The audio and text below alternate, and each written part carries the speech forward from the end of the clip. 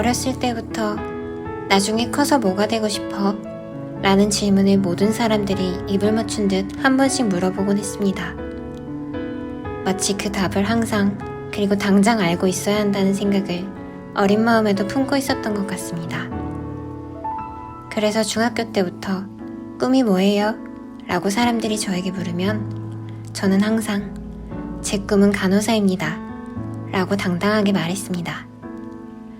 제 꿈이 단순한 바람이 아닌 하나님께서 주신 소명이라는 것을 기도와 말씀으로 깨닫게 되었고, 저는 그 비전을 품고 그것을 이루기 위해 열심히 공부하고 힘들어도 버틸 수 있었습니다.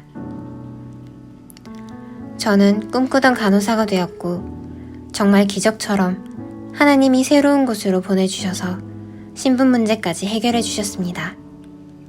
그렇게 저는 감사한 마음으로 제 소명이 이것이라는 확신에 찬 마음을 가지고 제가 꿈꾸던 간호사로 일을 시작하게 되었습니다.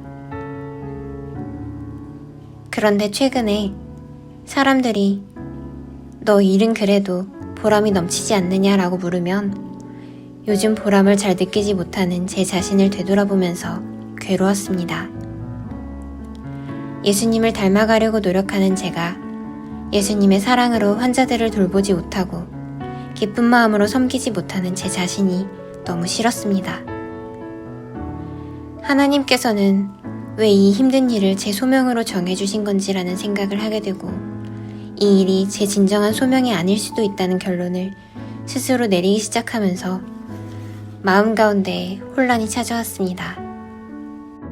늘 목표 지향적인 삶을 살았던 제가 목표를 이루었지만 결과는 허무했고, 더 나아가 저는 이제 길을 잃었다고까지 생각했습니다. 그렇게 방황하는 와중에 저는 코스타를 신청하게 되었습니다. 코스타의 세미나 중 크리스천 앳 워크라는 주제로 직장에 다니고 있는 기독교인들의 이야기를 듣고 나눌 수 있는 기회가 있었습니다. 그때 패널에 계신 한 분께서 소명은 하나님이 예비하신 걸 수수께끼처럼 맞추는 게 아니라 지금 내 자리에서 내 선택에 하나님을 초대하는 것이라는 말씀을 하셨습니다. 그 말을 듣는 순간 저는 머릿속에 가득 껴있던 안개가 걷히는 기분이 들었습니다. 그동안 저는 제 삶 가운데에 하나님을 초대하는 것이 아닌 제가 하는 일을 즐겁게 하지 못하니 하나님께서 예비하신 다른 길이 있을 것이라고 생각하고 그 다른 길이 무엇인지 알려달라고 요청하는데 집착하고 있었습니다. 소명은 하나님의 부르심인데 저는 저의 마음대로 하나님께서 주신 소명을 바꾸려고 하는 죄된 모습을 보았습니다. 이 깨달음을 들고 하나님께 나아갔을 때 그 어떠한 일이든 하나님이 중심에 계시고 하나님을 먼저 떠올리며 하는 일이 저의 진정한 소명이라는 것을 알게 하셨습니다. 저는 이미 제 소명대로 살고 있었던 것입니다.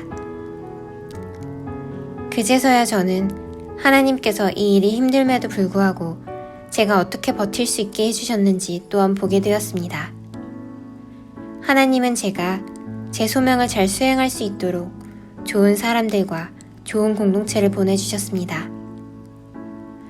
정말 필요했던 날 누군가로부터 늘 위로의 카톡이나 전화를 받았고 공동체 생활로 웃고 떠들고 나누면서 제 시선을 다시 하나님께로 돌릴 수 있었습니다.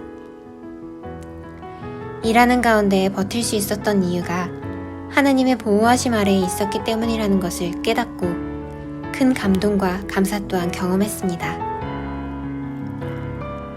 코스타에서는 모든 일이 잘 되고 있을 때만 하는 것이 잔치가 아니라 인생이 내 뜻대로 되고 있지 않지만 예수님을 통해 구원을 받고 예수님 안에 거하는 우리들에게는 삶이 늘 잔치가 될 수 있다는 말씀도 들었습니다.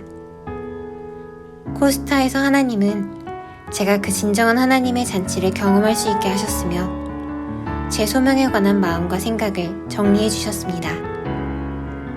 참 귀한 시간이었습니다. 일은 여전히 힘들고 제가 어떠한 길로 나아가야 할지 여전히 모르는 부분이 많지만 마음은 평안합니다. 지금 제 삶을 예배로 드리고 제 삶 가운데에 계속해서 하나님을 초대하며 기쁨으로 이 삶의 잔치를 즐기기로 했습니다.